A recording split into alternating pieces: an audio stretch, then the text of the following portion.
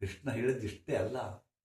ಕೃಷ್ಣ ಹೇಳ್ತಾನ, ಅರ್ಜುನ ಕೇಳ್ತಾನ, ಪ್ರಶ್ನೆ ಮೂಲಕ ಅರ್ಜುನ ಕೇಳ್ತಾನ, ಕೃಷ್ಣ ಹೇಳ್ತಾನ. ಏನು ಕೃಷ್ಣ ಕೇಳೇನೋ, ಅರ್ಜುನ ಕೇಳೇನೋ ಇಲ್ಲ ಗೊತ್ತಿಲ್ಲ, ಕೃಷ್ಣ ಹೇಳೇನಿಲ್ಲ ಗೊತ್ತಿಲ್ಲ, ಬಟ್ ಸಂವಾದ, ಕೃಷ್ಣಾರ್ಜುನರ ಸಂವಾದ ಅಂತ ಬರ್ತೈತೆ. ಕೃಷ್ಣಾರ್ಜುನರ ಸಂವಾದ ಅಂತ ಬರ್ತದೆ. ನಾ ಹೇಳಿಲ್ಲ, ಇಡೀ ನಮ್ಮ ಫಿಲಾಸಫಿ, ಇಂಡಿಯನ್ ಫಿಲಾಸಫಿ ಪ್ರಶ್ನೆ ಮತ್ತು ಉತ್ತರಗಳ ಮೇಲೆ ಡಿಪೆಂಡ್ ಅದ. ಅದೇ ಥರ ಶಾಂತಿಯನ್ನು ಹುಡುಕಲಿಕ್ಕೆ ಹೋಗಿ ಸಿಗಲಿಲ್ಲ ಶಾಂತಿ ಅಂತಂದ್ರಲ್ಲ, ಅದೇ ಥರ ಅರ್ಜುನ ಹೇಳ್ತಾನ, ಸಂಸಾರದೊಳಗಿನ ಸುಖ ಹೆಂಗದ ಕೃಷ್ಣ ಅಂತ ಕೇಳ್ತಾನ. ಸಂಸಾರಿಕ ಸುಖ ಹೆಂಗದ, ಅದು ಹೆಂಗದ, ಯಾವ ಸ್ವರೂಪದ ಅಂತಾನ. ಅದಕ್ಕೆ ಕೃಷ್ಣ ನಿನಗೆ ಉತ್ತರ ಕೊಡ್ತೀನಿ ಬಾ ಅಂತಾನ. ಬೇಟೆಗೆ ಬಂದಿರ್ತಾರ, ಹಂಗ ವಿಶ್ರಾಂತಿ ತಗೊಂತಾರ. ಈ ಪ್ರಶ್ನೆ ಹಾಕನ ಅವರಿಬ್ಬರು ಕುಂತಿರ್ತಾರ. ಕೃಷ್ಣ ಹಿಂಗ ಮಾಡ್ತಾನ. ಆಕೆ ಹಂಗ್ಯಾಕೆ ಮಾಡಿದ್ನಪ್ಪ ಅಂದ್ರೆ ಅರ್ಜುನಿಗೆ ಮಾಯಾ ಕವಿತು. ಅರ್ಜುನ್ ಹಿಂಗ ಮಾಡೋಣ, ಅರ್ಜುನಿಗೆ ಮಾಯಾ ಕವಿತು. 5 ನಿಮಿಷದೊಳಗ ಹಿಂಗ ಕುಂತಾರ. ಸುಮ್ಮನೆ ಕೃಷ್ಣ ನಾಟಕ ಮಾಡ್ದಂಗೆ ಮಾಡಿದ, ಹಿಂಗೆ ಮುಕ್ಕೊಂಡಂಗೆ ಮಾಡಿದ. ಅರ್ಜುನ ಮಕ್ಕೋಬೇಕಿನ್ನ ಹೊಡಿಸಿಕೊಂಡ್ರು ದೊಡ್ಡ ಸಿಂಹ ಅಲ್ಲಿಂದ ಓಡ್ಬಿಡಕ್ಕೆ ಹಚ್ಚಿತ್ತು. ಅರಣ್ಯದಾಗ ಕುಂತಿದ್ರು ದೊಡ್ಡ ಸಿಂಹ. ಅಂಥ ಸಿಂಹ ಅಂದ್ರೆ ಎಲ್ಲರೂ ಹೋಹಾರಬೇಕು. ದೊಡ್ಡ ಸಿಂಹ ಓಡಿ ಬರಕ್ಕೆ ಹಚ್ಚಿತ್ತು. ಅರ್ಜುನ 3 ಲೋಕದ ಗಂಡ, ತ್ರಿಲೋಕ್ಯ ವೀರ, ಅವ ಬಿಲ್ಲು ಬಾಣ ಹಿಡಿದ್ರೆ ಶಿವನನ್ನು ಸೋಲಿಸ್ತಕ್ಕಂಥ ಧೀರ. ಆ ಹುಲಿ, ಆ ಸಿಂಹ ಕಂಡು ಹೆದರಿ ಬಿಡ್ತಾನೆ. ಬಿಲ್ಲು ಬಾಣ ಬಿಟ್ಟು ಕಿತ್ಕೊಂಡು ಓಡ್ತಾರ. ಸಿಂಹ ಓಡಿ ಬರ್ತದ, ಇವನು ಓಡ್ತಾನೆ. ಇನ್ನೇನು ಇವ ಅರ್ಜುನ ಆ ಸಿಂಹದ ಬಾಯಿಗೆ ಸಿಗಬೇಕು ಅಷ್ಟೊತ್ತಿಗೆ ಇವ ಓಡೋ ದಾರಿಯಾಗ ಒಂದು ಪಾಳಭಾವಿ, ಅದೇ ಅವಾಗೇನು ಕಟ್ತಿದ್ದಿಲ್ಲಲ್ಲ, ಪಾಳಭಾವಿ. ಅದು ಎಷ್ಟೋ ವರ್ಷ ಆ ಬಾವಿ ಎತ್ತು ಯಾರು ಬಳಸಿದ್ದಿಲ್ಲ. ಆ ಬಾವಿಯಾಗ ದಡಗ್ಗರ ಜಿಗಿಬಿಡ್ತಾರ, ಬಿದ್ದು ಬಿಡ್ತಾನ. ಬಿಟ್ಟು ದೊಗ್ಗನ ಅದು ಇಲ್ಲಿ ಮಟ್ಟ ಅಷ್ಟ ನೀರ್ತದ. ಅವಾಗ ಈ ಬೀಳೋಕ ಅದು ಶಿವ ಬಂದು ದಡ್ಡದ ಮ್ಯಾಗ ಅದು ಬೀಳಿಲ್ಲ. ಅದು ಅರ್ಜುನ ಆಯತಪ್ಪಿ ಬಿದ್ದ, ಶಿವ ಬೀಳಿಲ್ಲ. ಶಾಣೆ ಹೋದವು ಮನುಷ್ಯನಕ್ಕಿಂತ. ಹಿಂಗೆ ಬಂದು ಒಡರ್ ಹತ್ಕೊಂಡು, ಅದಕ್ಕೂ ಬ್ಯಾಟಿ ಬೇಕಾಗಿತ್ತು. ಇವ್ ಸಿಕ್ಕಿದ್ದ, ಅದು ಬಿದ್ದನವ. ಸುತ್ತಾಡಕತ್ತಿದ್ದಂಗ ಆರ್ಡರ್ ತಳಗ ಹೋಗಿ ಬರುದಿಲ್ಲ. ಅದಕ್ಕೆ ಯಪ್ಪ ಉಳ್ಕೊಂಡೆ ಅಂದ ನಾವು. ದೊಡ್ಡ ಉಳ್ಕೊಂಡೆ ಅಂತ. ಇನ್ನೇನು ಮತ್ತೆ ಹೆಂಗೆ ಮಾಡ್ಬೇಕು ಇನ್ನು ಮ್ಯಾಗ ಅಂತಿಕೊಂಡು ನೋಡಕತ್ತಿದ. ಅವಾಗ ಹಿಂಗೆ ನೋಡಿದ ದೊಡಲ್ಲ ಸಪ್ಲ ಆತು. ದೊಡ್ಡ ಬಾವಿತ್ತು, ದಡಲ್ಲ ಸಪ್ಲ ಆತು. ದಡಲ್ಲ ಸಪ್ಲದನ್ನ ನೋಡ್ತಾರೆ, ದೊಡ್ಡ ಮೊಸಳಿ ಬಾವ್ಯಾಗ ಹಾಂತ ಬಾಯ್ತು ಬಂತು. ಒಂದು 10 ಫೂಟ್. ಯಪ್ಪ ಅಂದ, ಏನ್ ಮಾಡ್ಬೇಕು ಅಂದ್ರೆ ಆ ಗಿಡದ ಪಕ್ಕದ ಒಂದು ಆಲದ ಮರ. ಆ ಆಲದ ಮರ ಜಟೆಗಳು ಆ ಬಾವ್ಯಾಗ ಡೈರೆಕ್ಟ್ ಬಿದ್ದಿತ್ತು. ಎಷ್ಟು ಹೆಂಗೆ ಬಂದಿದ್ವಪ್ಪ ಅಂತಂದ್ರೆ, ಆ ನೀರೊಳಗಿದ್ದ ಅರ್ಜುನಿಗೂ ಅದಕ್ಕೂ ಬರೇ 3 ಫೂಟ್ ಅಂತರ. ಅದನ್ನ ನೋಡಿದ ಕೂಡ ಅದು ಬರ್ತಾನೆ ನೋಡ, ಹಿಂಗೆ ಜಂಪ್ ಮಾಡ್ದಂಗೆ ಮಾಡಿ ಹಬ್ಬ ಹಿಡ್ಕೊಂಡ್ಬಿಟ್ಟದ ಆಲದ ಮರ ಜೊತೆ. ಮುಂದೆ ಒಂದು ಹೆಜ್ಜೆ ಹಿಂಗೆ ಸರ್ಕೊಂಡು ಮ್ಯಾಗ ಹತ್ತಿದ. ಕೆಳಗೆ ನೋಡ್ತಾನ, ಅಯ್ಯಪ್ಪ ಎಂಥ ದೊಡ್ಡ ಮೊಸಳಿ, ಎಷ್ಟು ದಿವಸದಿಂದ ಐತೆ ಅಂತಿಕೊಂಡು ಗಾಬರಿಯಾಗಿ ಅಪ್ಪ ಅಂತಂದ. ಮುಂದೆ ಹೆಂಗರ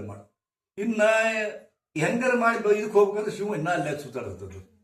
ಶಿವ ಸುತ್ತಾಡಕತ್ತಿದ್ದಿ, ತಳಗರ ಮೊಸಳಿ ಆ ತಡೆ ಹತ್ತಿಕೊಂಡು ಹಿಂಗೆ ಮ್ಯಾಗ ಹಿಂಗೆ ಹೋಗ್ತದೆ. ದೊಡ್ಡ ಮರ ಅದು. ಹಿಂಗೆ ಹೋಗತ್ತೇನ, ಮ್ಯಾಗ ನೋಡ್ತಾನ ಆಲದ ಮರದ ಜಟೆ ಗುಂಟ ಒಂದು ದೊಡ್ಡ ಹೆಬ್ಬ ಹೋಗಿ ಅದ್ರ ಗುಂಟ ಹಿಂಗೆ ಬರ್ತದೆ. ಹೆಬ್ಬಾವು ಅವಾಗಂದ, ಮತ್ತು ಮ್ಯಾಗ ಹೋಗ್ಬೇಕಂದ್ರೆ ಹೆಬ್ಬ ಬಂತು, ಕೆಳಗೆ ಜಿಗಿಬೇಕಂದ್ರೆ ಮೊಸಳಿ, ಹೆಂಗಾರೆ ಮಾಡಿ ದಾಂಡಿಗೆ ಹೋಗ್ಬೇಕಂದ್ರೆ ಹಿಮ್ಮ. ದೇವ್ರ ಇದೇನಪ್ಪ ಅಂದವ. ಅಯ್ಯೋ ದೇವ್ರ ಅಂದ. ಆದ್ರೆ ಏನೂ ಇಲ್ಲ, ಯಾಕಂದ್ರೆ ಅವ ಮಾಯಾ ಮಾಡಿದ ಕೃಷ್ಣ. ತಾನು ಯಾರು ಗೊತ್ತಿಲ್ಲ, ಕೃಷ್ಣ ತಾನು ಹಿಂದಲ್ಲ ಗೊತ್ತಿಲ್ಲ. ಒಬ್ಬ ಸಾಮಾನ್ಯ ಮನುಷ್ಯನ ಟೈಪು ವ್ಯಥೆ ಪಡಕತ್ತಾನ.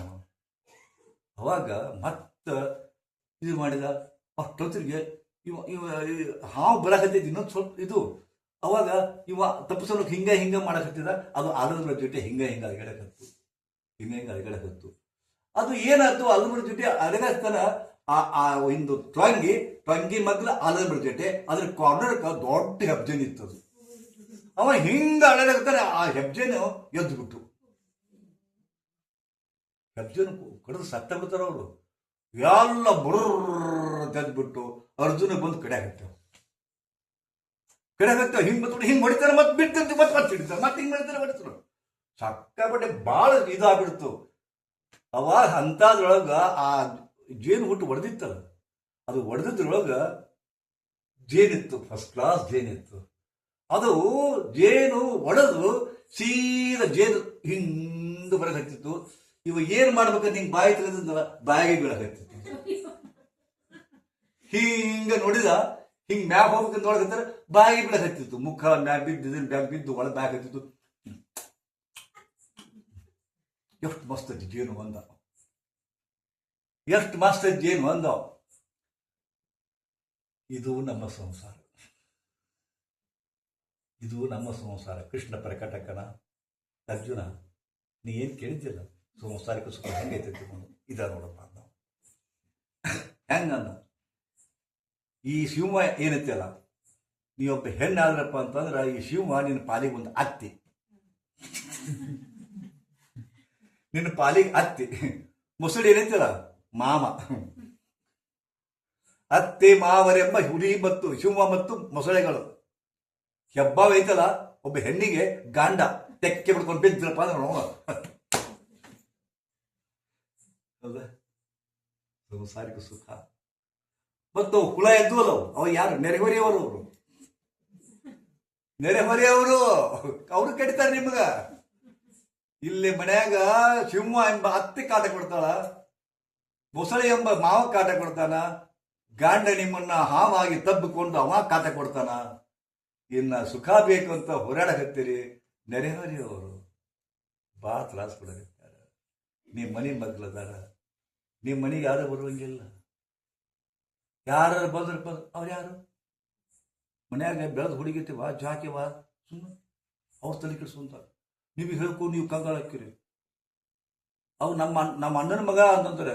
ಆ ಅಣ್ಣನ ಮಗ ಇರಲಿಕ್ಕೆ ಯಾರ ಮಗಲ್ವ ಜಾಕೆ ವಯ್ಯವ್ವ ಅಂತಂತಾರ. ಒಯ್ಕೋಬೇಕು ನಿಂತ್ಕೊಂಡು. ಅವಾಗ ಅವ್ರ ಅಣ್ಣನ ಮಗ ಸಹಿತ ತಮ್ಮ ಹಗಲ ಬರಬೇಡಪ್ಪ, ಮಂದಿ ತಪ್ಪು ತಿಳ್ಕೊಂತಾರ. ನಿಮ್ಮ ಮನೆಗೆ ಯಾರು ನೋಡಕ್ ಬಂದ್ರಪ್ಪ ಅಂತಂದ್ರ ಮತ್ತು ನೋಡಿ ಕನ್ಯಾ ಮನಸ್ಸಿ ಬರ್ತದ. ಇನ್ನು ಮಗ್ಲಿದ್ದವ್ರು ಕೇಳ್ಬೇಕಂತ ತಿಳ್ಕೊಂಡು ಮರದಿವ್ಸ ಈ ಸಾಯಂಕಾಲ ಬಂದು ಇವ್ರು ಹೆಂಗ್ರಿ ಅಂತ ಕೇಳ್ತಾರ. ಅಯ್ಯಯ್ಯೋ ಭಾಳ ಬೇಸ್ತು. ಆ ಹುಡುಗಿ ಕೂಡ 28 ಮಂದಿ ತಿರುಗಾಡ್ತಾರ, ನೋಡಿ ಮಾಡ್ಕೊಡ್ರಿ. ಮುಗೀತು. ಬಿತ್ತಿದ್ರ ಕಲ್ಲು ಹೋದ್ರ ಮದುವೆ ಆಗೋದಿಲ್ಲ. ಬಂದವ್ರಿಗೆ ಒಂದೊಂದು ಹೇಳೋದು. ಇಂಥವು ಮಾಡ್ಕೊಂತ ಹೋಗ್ತಾರ ಅವರು. ನೆರೆಹೊರೆಯವರು. ಸುಖ ಸಿಗಂದ್ರೆ ಹೆಣ್ಣು ಸಿಗುತ್ತೆ. ಸುಖ ಎಷ್ಟಪ್ಪ?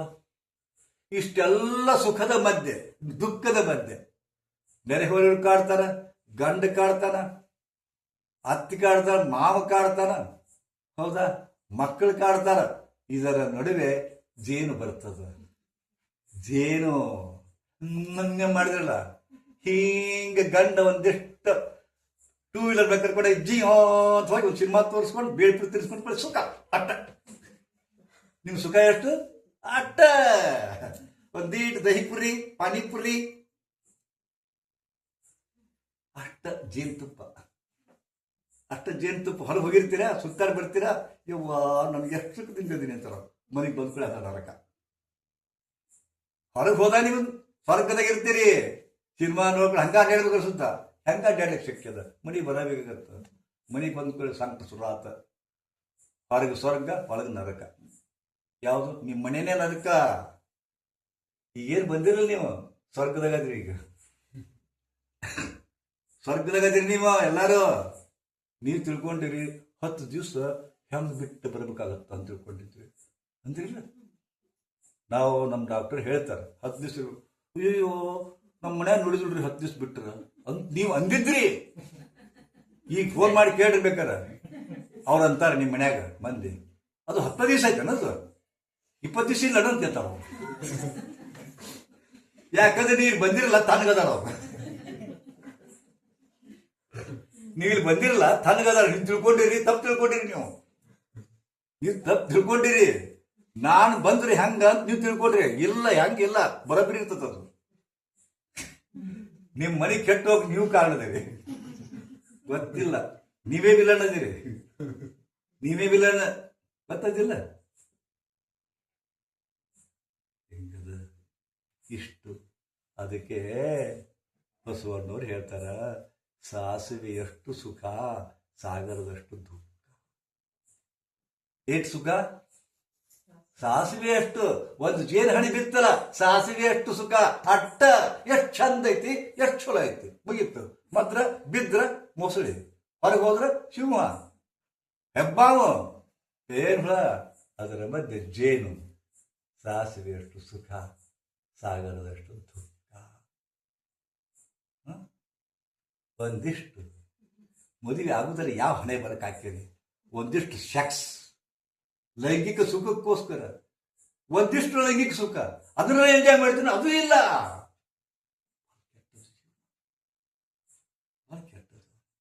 ಯಾತಕ್ಕಾಗಿ ಮದುವೆ ಹಾಕಿರಿ ನೀವು? ಲೈಂಗಿಕ ಸುಖಕ್ಕಾಗಿ, ಸೆಕ್ಸುವಲ್ ಅರ್ಜಿ ತೀರ್ಸ್ಕೊಳ್ಳಿಕ್ಕಾಗಿ. ಬಟ್ ಅದ್ರಾಗೂ ಫೇಲ್ ಆಗಿಬಿಟ್ರಿ, ಅದ್ರಾಗೂ ನೀವು ಸುಖ ಪಡ್ಲಿಲ್ಲ. ಯಾವುದಕ್ಕಾಗಿ ಮದುವೆ ಆಗಿದ್ರಿ? ಯಾವ ಸುಖಕ್ಕಾಗಿ ಮದುವೆ ಆಗಿದ್ರಿ? ಸಾಸಿವೆ ಅಷ್ಟು ಸುಖ. ಒಂದಿಷ್ಟು ಆ ಲೈಂಗಿಕ ಸುಖಕ್ಕಾಗಿ ಇಷ್ಟೆಲ್ಲ ಬಡ್ಕೋಬೇಕು ನಾವು. ಸಾಯಲಿ ಹುಡುಕಿದ್ ಮತ್ತೇನೈತೆ ಅಲ್ಲಿ? ಮತ್ತೇನದ್ರಾಗ? ಏನಿಲ್ಲ ರೀ, ಸುಮ್ಮನೆ ನಾಟಕ ಎಲ್ಲ. ಈ ಸತ್ಯ ತಿಳ್ಕೋಬೇಕು ನೀವು. ಯಾತಕ್ಕಾಗಿ ಪರದಾಟ, ಯಾತಕ್ಕಾಗಿ ಪರದಾಟ, ಯಾತಕ್ಕಾಗಿ ಗೋಳಾಟ? ಒಮ್ಮೆ ಕೂತು ನೋಡ್ಲೇ ಇಲ್ಲ ನೀವು. ಈಗ ಟೈಮ್ ಇಲ್ಲ ಅಲ್ಬೇಕು ನಿಮ್ಗೆ, ಟೈಮ್ ಇಲ್ಲ. ನಿಮ್ಮ ಗೋಳಾಟ ಯಾತಕ್ಕಾಗಿ ನೋಡ್ಕೊಳಕ್ ಟೈಮ್ ಇಲ್ಲ. ಯಾಕೆ ದುಃಖ ನೋಡ್ಕೊಳಕ್ ಟೈಮ್ ಇಲ್ಲ, ಟೈಮೇ ಇಲ್ಲ. ಮತ್ತೆ ಏನು ಮಾಡ್ತೀರಿ ಗೊತ್ತಿಲ್ಲ.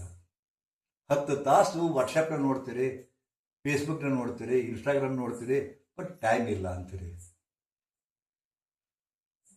10 ತಾಸು ವಾಟ್ಸ್ಆ್ಯಪ್, ಫೇಸ್ಬುಕ್, ಇನ್ಸ್ಟಾಗ್ರಾಮ್ನಾಗ ಹೋಗ್ತೀರಿ, ಕೇಳಿದ್ರೆ ಟೈಮ್ ಇಲ್ರಿ ಅಂತಾರ.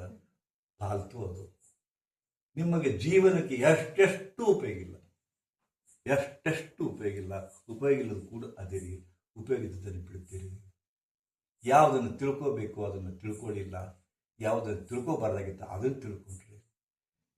ಯಾವಾಗ ನಿಮ್ಮ ಮಕ್ಕಳಿಗೆ ಬೇಯಬೇಕಾಗಿತ್ತು ಬೈಲಿಲ್ಲ, ಯಾವಾಗ ಬೈಬಾರ್ದಾಗಿತ್ತು ಅವ್ರು ಬೈದ್ರಿ, ಅವ್ರು ಓಡಿ ಹೋದ್ರು ಮನೆ ಬಿಟ್ಟು. ನಾ ಹೇಳೋದು ತಿಳ್ಕೊಳ್ಳಿ. ಯಾವಾಗ ಬೈಬಾರ್ದಾಗಿತ್ತು ಅವಾಗ ಬೈತೀರಿ, ಯಾವಾಗ ಬೈಬೇಕಾಗಿತ್ತು ಅವಾಗ ಬಿಡ್ತೀರಿ, ಯಾವಾಗ ಮಾತಾಡಬೇಕಾಗಿತ್ತು ಸುಮ್ಕಿರ್ತೀರಿ, ಯಾವಾಗ ಸುಮ್ಕಿರ್ಬೇಕಾಗಿತ್ತು ಅವಾಗ ಒದರಾಡ್ತೀರಿ. ಅದು ಜೀವನ ಅಲ್ಲ. ಅರ್ಥ ಆಗುತ್ತೇನೆ? ಯಾವಾಗ ಮಾತಾಡ್ಬೇಕು ಅವಾಗ ಮಾತಾಡ್ಬೇಕು, ಯಾವಾಗ ಬೈಬೇಕು ಅವಾಗ ಬೈಬೇಕು, ಯಾವಾಗ ಸುಮ್ಕಿರ್ಬೇಕು ಅವಾಗ ಸುಮ್ಕಿರ್ಬೇಕು. ಇಷ್ಟು ಕಲಾವಿದ ಗೊತ್ತಾಗಲಿಕ್ಕೆ ಬಂದ್ರೆ ಅವ್ರು ಹುಟ್ಟಿದ್ದು ವ್ಯರ್ಥ. ಏನೋ ಇಷ್ಟು ಗೊತ್ತಾಗಲಿಕ್ಕಪ್ಪ ಅಂತಂದ್ರೆ it is not art of living. ಜೀವನ ಜೀನೇಕಿ ಕಲಾ ನಿಮ್ಗೆ ಗೊತ್ತಾಗಲಿಲ್ಲ ಅಂತ. ಹೆಂಡತಿ ಕೂಡ ಹೆಂಗಿರ್ಬೇಕು ಗೊತ್ತಾಗಲಿಲ್ಲ. ಮಾಡಿದ್ರಿ ವಿಪರೀತ ಪ್ರೀತಿ ಮಾಡಿದ್ರಿ, ಅಲ್ಲಿ ಕಟ್ಟಾಗ್ತಿಲ್ಲ ವಿಪರೀತ ದ್ವೇಷ ಮಾಡಿದ್ರಿ. ಯಾಕಂದ್ರೆ ಪ್ರೀತಿಯ ಮತ್ತೊಂದು ಮುಖವೇ ದ್ವೇಷ. ಪ್ರೀತಿಯ ಮತ್ತೊಂದು, ಪ್ರೀತಿ ಅನ್ನೋದು ಒಂದು ನಾಣ್ಯ. ಪ್ರೀತಿ ಮಾಡಲಿಲ್ಲಪ್ಪ ದ್ವೇಷ. ಇಟ್ ಇಸ್ ಟೂ ಡೇಂಜರಸ್, ಭಾಳ ಡೇಂಜರಸ್ ಇದು. ಸಿಕ್ಕಾಪಟ್ಟೆ ಪ್ರೀತಿ ಮಾಡ್ತಿರಲ್ಲ, ಒಮ್ಮೆ ದ್ವೇಷಕ್ಕೆ ಪರಿಣಾಮ ಚೇಂಜ್ ಆಗ್ತಪ್ಪ ಅಂತಂದ್ರೆ, ದ್ವೇಷ ಶುರು ಆಯ್ತಪ್ಪ ಅಂದ್ರೆ ಅದರಷ್ಟು ಕೆಟ್ಟ ಯಾವುದಿಲ್ರಿ. ನೋಡ್ಬೇಕಾರೆ ನಿಮ್ಮ ಗಂಡ ನಿಮ್ಮನ್ನು ಪ್ರೀತಿ ಮಾಡ್ತಾನ. ಒಂದು ದಿವಸ ನೀವು ಹಗಲೆಲ್ಲ ಫೋನ್ಯಾಗ ಮಾತಾಡೋದು ನೋಡಿ ಅವ್ನ ಮನಸ್ಸಿನ ಅನುಮಾನ ಹುಡ್ತದ, ಒಂದು ಸಂಶಯ ಹುಡ್ತದ, ಮುಗಿಯುತ್ತೆ. ನಿಮ್ಮನ್ನು ಹೆಡ್ ಮಾಡಿದ, ನಿಮ್ಮನ್ನು ಕಾಂಟ್ರಾಕ್ಟ್ ಕಾಕ್ ಅಂತ ಡೈವರ್ಸ್ ಕೊಡು ಮಟ್ಟ ಬರ್ತದಲ್ಲ. ಒಂದು ಅನುಮಾನ, ಒಂದು ಸಂಶಯ ಪ್ರೀತಿನ ಸತ್ಯ ನಾಶ ಮಾಡ್ತದೆ, ಗೊತ್ತದ? ಅದಕ್ಕೆ ಸುಖ ದುಃಖೇ ಸಮಯಕೃತ್ವ ಲಾಭವು ಜಯಾಜಯವು. ಎಷ್ಟು ಪ್ರೀತಿ ಮಾಡ್ಬೇಕು ಅಷ್ಟು ಪ್ರೀತಿ ಮಾಡ್ಬೇಕು, ಎಷ್ಟು ಸಂಶಯ ಪಡಬೇಕು ಅಷ್ಟು ಸಂಶಯ ಪಡಬೇಕು, ಎಷ್ಟು ಸಿಟ್ಟಿಗಿರಬೇಕು ಅಷ್ಟು ಸಿಟ್ಟಿಗಿರಬೇಕು. ಇದು ಗೊತ್ತಾಗಲಿಲ್ಲ. Balanced. Yoga is nothing but balanced. ಎಲ್ಲದರಲ್ಲೂ ಬ್ಯಾಲೆನ್ಸ್ ಇದೆ. ಈ ಬ್ಯಾಲೆನ್ಸ್ ತಪ್ಪಿಕೊಂಡ್ರಿ ನೀವು ನಿದ್ದೆ ಮಾಡೋದು ಸಿಕ್ಕಾಪಟ್ಟೆ ನಿದ್ದೆ ಮಾಡ್ತೀರಿ, ಕೆಲಸ ಮಾಡೋದು ಸಿಕ್ಕಾಪಟ್ಟೆ ಮಾಡ್ತೀರಿ, ತಿನ್ನೋದು ಸಿಕ್ಕಾಪಟ್ಟೆ ತಿಂತೀರಿ, ಉಪವಾಸ ಬಿದ್ದರೆ ಸಿಕ್ಕಾಪಟ್ಟೆ ಉಪವಾಸ ಮಾಡ್ತೀರಿ. ಇಲ್ಲ, ವಿಪರೀತ ಮಾಡ್ತೀರಿ ನೀವು. ಇಷ್ಟಿಷ್ಟೇ ಮಾಡಬೇಕು. ಒಂದಿಷ್ಟು ಒಂದಿಷ್ಟು ಒಂದಿಷ್ಟು ಪ್ರೀತಿಸ್ಬೇಕು, ಒಂದಿಷ್ಟು ದ್ವೇಷ ಇರಲಿ. ದ್ವೇಷನೇ ಇರಬೇಕಾ ಮತ್ತು ಆದರೆ ಯಾವುದನ್ನು ದ್ವೇಷ ಮಾಡಬೇಕು, ಯಾವುದನ್ನು ಪ್ರೀತಿ ಮಾಡಬೇಕು ನಿಮ್ಗೆ ಗೊತ್ತಾಗಲಿಲ್ಲ. ಅದಕ್ಕೆ ದಯವಿಟ್ಟು ತಿಳ್ಕೊಳ್ಳಿದ್ದು. ನೀವು ಎಲ್ಲರ ಬಗ್ಗೆ ಗೊತ್ತಾಗೈತೆ, ಎಕನಾಮಿಕ್ಸ್ ಗೊತ್ತಾಗೈತೆ, ಸೈನ್ಸ್ ಗೊತ್ತಾಗೈತೆ, ಫಿಸಿಯಾಲಜಿ ಗೊತ್ತಾಗೈತೆ, ಆದರೆ ಬದುಕಿನ ಬಗ್ಗೆ ಗೊತ್ತಾಗಲಿಲ್ಲ ನಿಮಗೆ. ಬದುಕಿನ ಬಗ್ಗೆ ನಿಮ್ಗೆ ಗೊತ್ತೇ ಆಗಲಿಲ್ಲ. ಅದಕ್ಕೆ ನಚಿಕೇತ ಕೇಳಿ, ಯಾವುದು ಉಪನಿಷತ್ತದು? ನಚಿಕೇತನ ಉಪನಿಷತ್ತು, ಕೇನೋಪನಿಷತ್ತು ಯಾವ್ದು ಅದ? ಆ ಉಪನಿಷತ್ನೊಳಗೆ ನಚಿಕೇತನ ಬಗ್ಗೆ ಬರ್ತದೆ. ನಚಿಕೇತನ ಯಮನ ಕಡೆ ಕಳಿಸ್ತಾರ. ಅದು ಕತೆ ಬೇರೆ. ಅದು ಯಮನ ಕಡೆ ಹೋದಾಗ ನಿನಗೇನು ಬೇಕಂತ ಕೇಳ್ತಾನೆ ಯಮ. ಆ ನಚಿಕೇತನು 8 ವರ್ಷದ ಬಾಲಕನಿಗೆ. ಆ ಬಾಲಕ ಹೇಳ್ತಾನ, ಯಮರಾಯ ನನಗೆ ಏನು ತಿಳ್ಕೊಂಡ್ರೆ ಎಲ್ಲವನ್ನೂ ತಿಳ್ಕೊಂಡಂಗಾಗತ್ತ. ನೋಡಿ, ಆ ಪುಟ್ಟ ಬಾಲಕನ ಉತ್ತರ, ನನಗೆ ಏನು ತಿಳ್ಕೊಂಡ್ರೆ ಎಲ್ಲವನ್ನೂ ತಿಳ್ಕೊಂಡಂಗಾಗ್ತದ ಅಂತ ನಾಲೆಜ್ ಕೊಡು ನನಗೆ ಎಂದನ ಮಾತ. ಏನು ತಿಳಿದುಕೊಂಡ್ರೆ ಎಲ್ಲವನ್ನೂ ತಿಳ್ಕೊಂಡಂಗಾಗ್ತದ ಅಂತ ನಾಲೆಜ್ ನನಗೆ ಕೊಡುತ್ತೆ ದೇವ ಅಂತ ಬಪ್ಪರೆ ಅಂತ. ನಾವು ಇಂಥ ಇದನ್ನು ವರ ಯಾರು ಕೇಳಿಲ್ಲ, ಪುಣ್ಯಾತ್ಮ ಅಂತ. ನಾವು ಇಂಥ ವರ ಇರೋರಿಗೆ ಯಾರೂ ಕೇಳಿಲ್ಲ ಕಂಡ ಅಂತಾನ. ಹೌದಾ? ಎಂಥ ನಾಲೆಜ್ ಇರಬೇಕದು, ಎಂಥ ನಾಲೆಜ್ ಇರಬೇಕದು.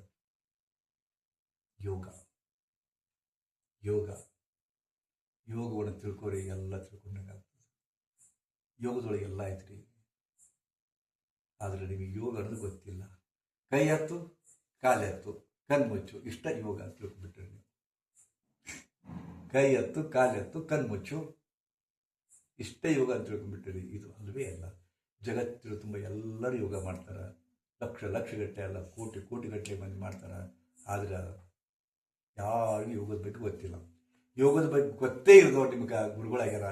ಯೋಗದ ಬಗ್ಗೆ ಗೊತ್ತೇ ಇರೋದು ನಿಮ್ಮ ಶಿಷ್ಯರಾಗ್ಯಾರ.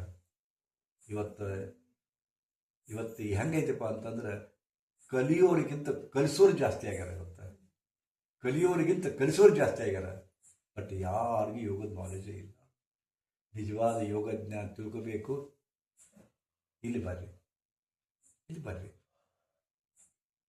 ನನ್ನ 64 ವರ್ಷ 65ನೇ ವರ್ಷ, ಈಗ 64 ಮುಗಿದು. ನನಗೂ ಮೊದಲು ಗೊತ್ತೇ ಇರಲಿಲ್ಲ. ನಾನು ದಡ್ಡನೇ ಇದ್ದೆ. ಹೌದಾ? ನಾನು ದಡ್ಡನೇ ಇದ್ದೆ. ಈಗ ಸ್ವಲ್ಪ ತಿಳ್ಕೊಂಡಿನಿ. 64 ವರ್ಷದೊಳಗೆ ಈಗ ತಿಳ್ಕೊಂಡಿನಿ. ನಿಜವಾಗ್ಲೂ ಗುರುಗಳ ಬಾಯಿಂದ ಕೇಳಬೇಕು ನೀವು ಯೋಗದ ಬಗೆಗೆ. ಗುರುಗಳಿಂದ ತಿಳ್ಕೋಬೇಕು ನೀವು ಯೋಗದ ಬಗೆಗೆ. ಹೌದಾ? ಒಮ್ಮೆ ಒಂದು ಮೆಡಿಟೇಷನ್ ಕ್ಯಾಂಪ್ ಮಾಡ್ತೀವಿ, ಬನ್ನಿ. ಅದಕ್ಕೆ ರಿಯಲಿ ಹೆವನ್, ನಿಜವಾದ ಯೋಗ ಅಂದರೆ ಏನು ಅನ್ನೋದ್ರ ನಿಮ್ಮ ಪರಿಕಲ್ಪನೆ ಬರ್ತದೆ. ಚಕ್ರಗಳು ಅಂದರೆ ಏನು ಅನ್ನೋದು ಪರಿಕಲ್ಪನೆ ಬರ್ತದೆ ನಿಮಗೆ. ಸೊ ಬರೀ ಈಗ ಸುಮ್ಮನೆ ಒಂದಿಷ್ಟು ನಿಮ್ಮ ಅನಾರೋಗ್ಯವನ್ನು ರಿಪೇರಿ ಮಾಡ್ಕೊಳಕ್ಕೆ, ನಿಮ್ಮ ದೇಹವನ್ನು ರಿಪೇರಿ ಮಾಡ್ಕೊಳಕ್ಕೆ ಬಂತೀರಿ. ಈಗ ಹೆಂಗಪ್ಪ ಅಂತಂದ್ರೆ, ನೀವು ಸರಿಯಾಗಿ ತಿಳ್ಕೊಳ್ಳದೆ ಹೋತಪ್ಪ ಅಂತಂದ್ರೆ ಅದು ರಿಪೇರಿ ಆಗ್ತದೆ, ಮತ್ತೆ ನೀವು ಕೆಡ್ಸ್ಕೊಂಡು ಬರ್ತೀರಿ. ರಿಪೇರಿ ಆಗ್ತದೆ, ಮತ್ತೆ ಕೆಡ್ಸ್ಕೊಂಡು ಬರ್ತೀರಿ. ಇದು ಹಾಗೆ ನಡೆಯೋದ. ಇದು ಈಗ ರಿಪೇರ್ ಆಗ್ತದೆ, ನಿಮ್ಗೆ ಅಡ್ಡಾಡಕ್ಕೆ ಬರ್ತಿದ್ದಿಲ್ಲ, ಅಡ್ಡಾಡಕ್ಕೆ ಬರ್ತು. ಬೆನ್ನು ಹುರಿದು, ಬೆನ್ನು ನುಸ್ತಿತ್ತು, ಕಮ್ಮಿ ಆಗ್ತದೆ. ಮತ್ತೆ ನೀವು ಮನೆಗೆ ಹೋಗಿ ಮಂಗೇನ ಸಲ ನೋಡಿ, ಆರಾಮ್ ಇಲ್ಲದೆ ಇದ್ದಾಗ ಆರಾಮ್ ಪಡ್ಕೋಬೇಕಂತ ಬರ್ತೀರಿ. ಇಲ್ಲೇ ಆರಾಮ್ ಆದ್ಕೊಳ್ಳೆ ಮತ್ತೆ ನಿರ್ಲಕ್ಷ್ಯ, ಮತ್ತೆ ದಿವ್ಯ ನಿರ್ಲಕ್ಷ್ಯ. ಏನೋ ಎದ್ದಾಗ ಹೋಗಿರಿ, ಆರಾಮದೇ ತಿಳ್ಕೊಂಡು ಮತ್ತೆ ತಿಳ್ಕೊಂಡ್ಬಿಡುತ್ತೆ. ಮತ್ತೆ ಗುರುಗಳ ನಿಮ್ಮಲ್ಲಿ ಬಂದಿಂದ ಕಮ್ಮಿ ಆಗಿತ್ತು ರೀ, ಮತ್ತೆ ತಿಳ್ಕೊಂಡ್ಬಿಟ್ಟದ್ರಿ, ಮತ್ತೆ ಬರ್ರಿ, ಮತ್ತೆ ಎಲ್ಲಿ ಹೋದ್ರೆ ನೀವು ಅಷ್ಟೇ. ನೇಚರ್ ಸೆಂಟ್ರಿಗೆ ಹೋಗ್ತೀರಿ, ನನಗೆ 15 kg ಇಳಿಯಿತು ಅಂತ ಬರ್ತಾರೆ, ಮತ್ತೆ 20 kg ಜಾಸ್ತಿ ಆಗುತ್ತೆ ಮನೆಗೆ ಬಂದಿಂದ. ಅಲ್ಲಿ 15 kg ಇಳಿಸೋ ಬರ್ತಾರ, 20 kg ಜಾಸ್ತಿ ಮಾಡ್ಕೊತಾರೆ. ಮಾಡ್ತಾರೆ. ನಿಮ್ಗೆ ಗೊತ್ತಾಗಿಲ್ಲ, ನಿಮ್ಮ ಶರೀರದ ಬಗ್ಗೆ ಗೊತ್ತಾಗಿಲ್ಲ, ನಿಮ್ಮ ಮನುಷ್ಯನ ಬಗ್ಗೆ ಗೊತ್ತಾಗಿಲ್ಲ. ಬದುಕಿನ ಬಗ್ಗೆ ಗೊತ್ತಾಗಿಲ್ಲ. ಗೊತ್ತು ಮಾಡ್ಕೊತೀರಾ? ಓಕೆ, ಸಮಯ ಆಯಿತು. ಮುಂದಿನ ಧಾರಾವಾಹಿ ನಾಳೆಗೆ. ನೆಕ್ಸ್ಟ್ ಎಪಿಸೋಡ್ ಯಾವುದು? ನಾಳೆಗೆ. ನಾಳೆಗಾಗಿ ಕಾಯಿರಿ. ಶ್ರೀ ಗುರುದೇವ್. ಓಂಕಾರ.